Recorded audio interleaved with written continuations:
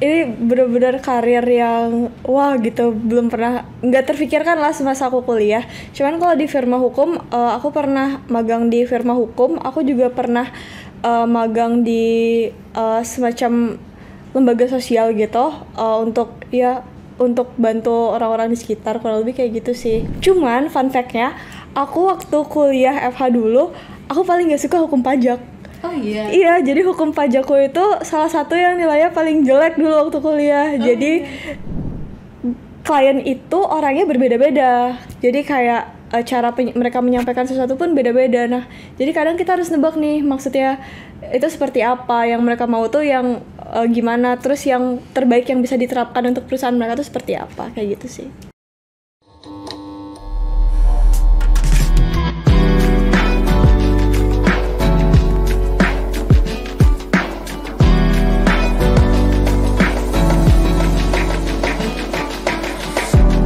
Welcome to Techsem Talks by Techsemco with your host, Rovalin John.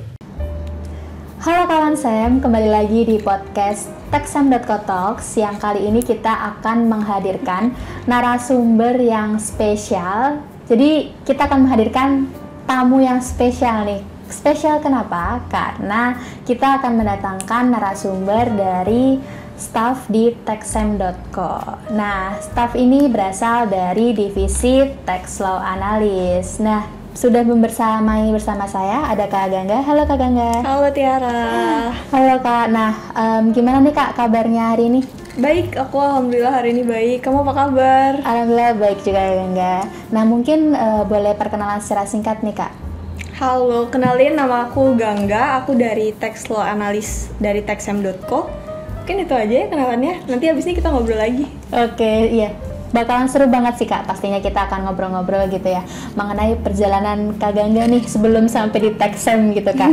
Nah, sebelumnya Kak Gangga ini menempuh studi S1 di jurusan apa sih Kak? Kalau untuk S1-nya itu aku Fakultas Hukum, jurusan Ilmu Hukum di Universitas Erlangga. Wow, ternyata jauh gitu ya Kak, di Universitas Erlangga gitu ya Kak. Nah, apa sih Kak motivasi terbesar Kak Gangga untuk mengambil prodi hukum? Kalau untuk motivasi terbesar ngambil prodi hukum itu karena dulu aku masih bingung nih, abu-abu mau jadi apa. Terus setelah aku riset-riset, aku ngerasa Fakultas Hukum itu salah satu yang lumayan luas ya, ruang lingkup sama opportunity pekerjaannya. Jadi ya udah aku apply sana sambil mikir-mikir nih ke depannya mau lebih fokus kemana. Oke, jadi pada awalnya itu masih abu-abu gitu ya Kak sebenarnya terkait pandangan karir gitu ya Kak akan seperti apa. Tapi udah tahu gitu ya Kak terkait dengan aspirasi atau minat diri sendiri itu lebih suka kemana gitu ya Kak. Nah, mungkin Kak Gangga sendiri waktu di hukum ada nggak sih merasa kendala dalam kesulitan belajar atau mungkin ada kendala-kendala lainnya nih Kak? Karena kalau di hukum kan pastinya kita kenal dengan pasal-pasal yang begitu banyak gitu ya Kak, dan pasalnya pun hukumnya nggak cuman satu bidang aja gitu, tapi ada berbagai bidang gitu ya Kak. Nah, gimana sih, apakah Kak Gangga sendiri ada merasa tantangan gitu atau mungkin kendala gitu Kak? Kalau untuk kendala pasti ada ya, semua mahasiswa pasti ada aja kendalanya. Paling di awal itu kesulitan beradaptasi karena emang kalau di Fakultas Hukum tuh harus lebih banyak membaca ya. Cuman makin lama ya mulai makin terbiasa aja sama banyak bacaan sama banyak referensi. Kalau aku sendiri di Fakultas Hukum itu untuk peminatan memang lebih tertarik sama hukum pemerintahan, itu meliputi dengan tata negara sama administrasi. Cuman fun fact-nya, aku waktu kuliah FH dulu, aku paling gak suka hukum pajak. Oh iya? Iya, jadi hukum pajakku itu salah satu yang nilainya paling jelek dulu waktu kuliah. Jadi makanya ketika aku mendecide untuk coba deh buat jadi tax consultant, itu teman-teman pada kayak kaget ya? Iya kaget, kok dia bisa di situ sekarang, kayak dia nggak suka ya dulu, kayak gitu sih. Biasanya ya Kak, kalau misalnya kita nggak suka atau mungkin ada nggak tertarik gitu ya Kak sama sesuatu, itu biasanya di masa depan tuh jadi yang terkita gitu Kak. Mungkin itu jawabannya sih Kak. Ternyata kata orang-orang itu terjadi gitu ya Kak di Kak Gangga gitu, kayak yang awalnya tuh nggak terlalu interest gitu ya Kak di hukum pajak, tapi pada kenyataannya di masa depan kayak nggak jadi di kantor konsultan pajak gitu ya Kak. Nah sebelumnya nih Kak Gangga, apakah Kak Gangga sendiri tuh memetakan perjalanan karir Kak Gangga nggak? Kayak misalnya di semester ini aku harus udah mulai magang atau aku harus organisasi gitu Kak. Nah sebenarnya Kak Gangga sendiri pernah punya nggak sih plan untuk setiap semester itu harus ngapain aja untuk mencapai aspirasi karir Kak Gangga? Kalau aku sendiri kayak mulai semester 2 karena udah mulai terbiasa sama kehidupan kampus dan segala macamnya, aku udah mulai metain nih semester selanjutnya itu aku mau ngapain aja di kampus. Cuman kan apa yang kita inginkan, apa yang kita rencanakan tidak selalu berjalan sesuai rencana ya. Cuman aku selalu sebisa mungkin selama kuliah itu memang selalu ada kegiatan di luar kampus. Jadi supaya terbiasa nih untuk ngisi waktu luang di luar dari belajar di kuliah gitu. Baik Kak, jadi selain mementingkan kegiatan akademik, pastinya juga perlu untuk kegiatan non akademik gitu ya Kak. Penting banget ya Kak. Nah sebenarnya Kak Gangga sendiri sebelumnya pernah magang di kantor konsultan pajak nggak sih? Atau mungkin di kantor firma hukum gitu Kak? Kalau untuk konsultan pajak belum pernah, karena ini benar-benar karir yang wah gitu, belum pernah, nggak terfikirkan lah semasa aku kuliah. Cuman kalau di firma hukum, aku pernah magang di firma hukum, aku juga pernah magang di semacam lembaga sosial gitu, untuk bantu orang-orang di sekitar, kurang lebih kayak gitu sih. Baik Kak, jadi untuk pengalaman pertama magang itu memang di firma hukum gitu ya Kak. Jadi benar-benar yang pure hukum gitu ya Kak. Nah kalau boleh tahu nih, sebenarnya Kak Gangga itu menemukan ketertarikan pajak itu dari mana sih Kak?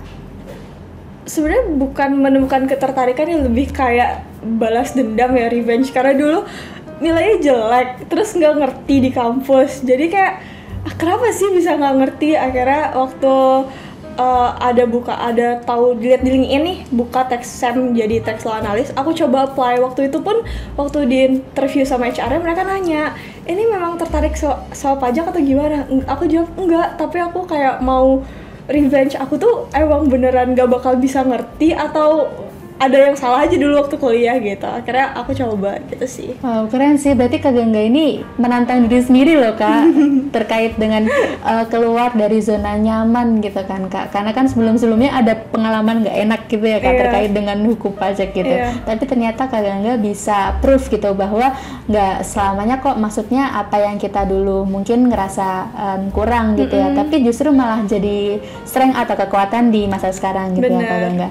Nah untuk Kak Gangga sendiri sebenarnya ada nggak sih kayak referensi pembelajaran atau mungkin sumber-sumber belajar terkait dengan hukum pajak itu sendiri Kak? Ada dong. Yang pertama TLC. TLC lagi. Jadi baru masuk taxam kan aku pajaknya masih lumayan blank ya, apalagi dulu waktu kuliah nilainya jelek. Jadi aku banyak-banyak nonton video di TLC, terus aku ambil brevet AB, brevet C juga. Sama baca-baca modul dari TLC juga. Itu bantu banget selama aku jadi tax law analyst, selama jadi konsultan di taxam.co. Itu benar-benar bantu aku banget sih. Iya Kak, karena video di TLC sendiri sangat beragam gitu ya. Bener. Kak. Benar-benar mencakup dari keseluruhan materi tentang perpajakan itu sendiri. Karena kalau kita kasih informasi nih Kak ke kawan saya, bahwa di TLC sendiri itu ada brevet AB dan brevet C yang bisa ditonton secara online gitu Kak videonya. Jadi kita tuh nggak perlu nunggu batch-batch selanjutnya gitu Kak. Iya, jadi langsung daftar aja, tonton videonya. Nah teman-teman di rumah, kawan saya di rumah bisa langsung mendapatkan sertifikasi brevet AB ataupun brevet C. Wah keren banget ya Kak Gangga. Keren banget. Wah keren banget sih. Nah Kak Gangga sendiri sebenarnya ada kepikiran nggak sih sebelumnya untuk bisa berkarir di bidang perpajakan? Gak pernah ada kepikiran. Itu pure gara-gara waktu itu lihat di LinkedIn buka, terus kayak mikir dulu tuh nilai pajaknya jelek. Udah kita coba, mungkin ternyata kalau diseriusin bisa gitu. Ternyata setelah nyemplung nih, nyebur, udah basah nih sekarang, susahnya keluarnya susah. Jadi sekalian basah aja gitu ya Kak. Keren banget sih kayaknya. Nah mungkin aku pengen tahu nih Kak, penasaran nih, kalau di TLA sendiri Kak Gangga itu sebenarnya sehari-hari atau mungkin job desk spesifik Kak Gangga itu seperti apa sih Kak? Kalau untuk di TLA itu kita sebenarnya job desk-nya semuanya hampir sama ya. Tugas kita itu ada 3. Yang pertama itu tax planning. Tax planning itu apa? Kita bantuin klien kalau misalnya dia ada kegiatan usaha yang mau dilakuin atau masalah-masalah terkait pajak, kita bikinin tax planningnya, kira-kira potensi pajaknya segimana, resiko pajaknya seperti apa, kita bikin tax planningnya. Terus yang kedua, kita juga pendampingan untuk klien ketika ada pemeriksaan. Jadi jadi kalau untuk pemeriksaan pajak sendiri tuh beda-beda ya. Ketika lebih bayar terus mau restitusi pasti diperiksa. Ada juga yang pemeriksaan tahunan yang bisa terjadi kapan saja. Terus yang terakhir itu kita mendampingi. Kadang juga kalau klien yang nggak datang ya berarti mewakili klien. Kalau misalnya klien mau melakukan upaya hukum maupun upaya administrasi, itu sih. Baik Kak, jadi memang pendampingan secara intens gitu ya dengan klien gitu ya, benar-benar nge-provide gitu ya kebutuhan klien itu sebenarnya bener. Ada keluhannya apa gitu, kita harus siap sedia gitu ya. All Kak. In pokoknya. All in cash pokoknya. Nah, Kak Gangga sendiri sebenarnya ada nggak sih menemukan kendala gitu ketika menyesuaikan di bidang pekerjaan pajak gitu Kak? Sebenarnya untuk di bidang pekerjaan pajaknya sendiri pasti menyesuaikan banget dari awal, karena aku awalnya itu dari Fakultas Hukum. Ya emang dulu belajar hukum pajak, tapi hukum pajak ya semuanya kayak gitu sih sebenarnya. Kalau hukum dan implementasinya itu nggak selalu sama karena case-nya beda-beda, beragam. Terus yang diterapkan itu nggak cuma peraturan perundang-undangan, kadang kita juga harus kalau di pajak misalnya kita lihat harus bisa baca laporan keuangan, pencatatan akuntansi ya kayak gitu-gitu. Itu sih yang banyak banget aku perlu adjustment. Terus sisanya paling terkait dengan kan kita banyak berinteraksi itu sama klien ya. Klien itu orangnya berbeda-beda, jadi kayak cara mereka menyampaikan sesuatu pun beda-beda. Nah, jadi kadang kita harus nebak nih, maksudnya itu seperti apa, yang mereka mau tuh yang gimana, terus yang terbaik yang bisa diterapkan untuk perusahaan mereka tuh seperti apa, kayak gitu sih. Oke Kak, jadi memang kita harus peka banget gitu ya dengan keluhan klien itu sebenarnya mereka maunya seperti apa sih gitu ya Kak? Iya benar. Nah, Kak Gangga sendiri nih sebelumnya dalam di divisi TLA gitu ya Kak. Nah, itu suka dukanya gimana sih Kak?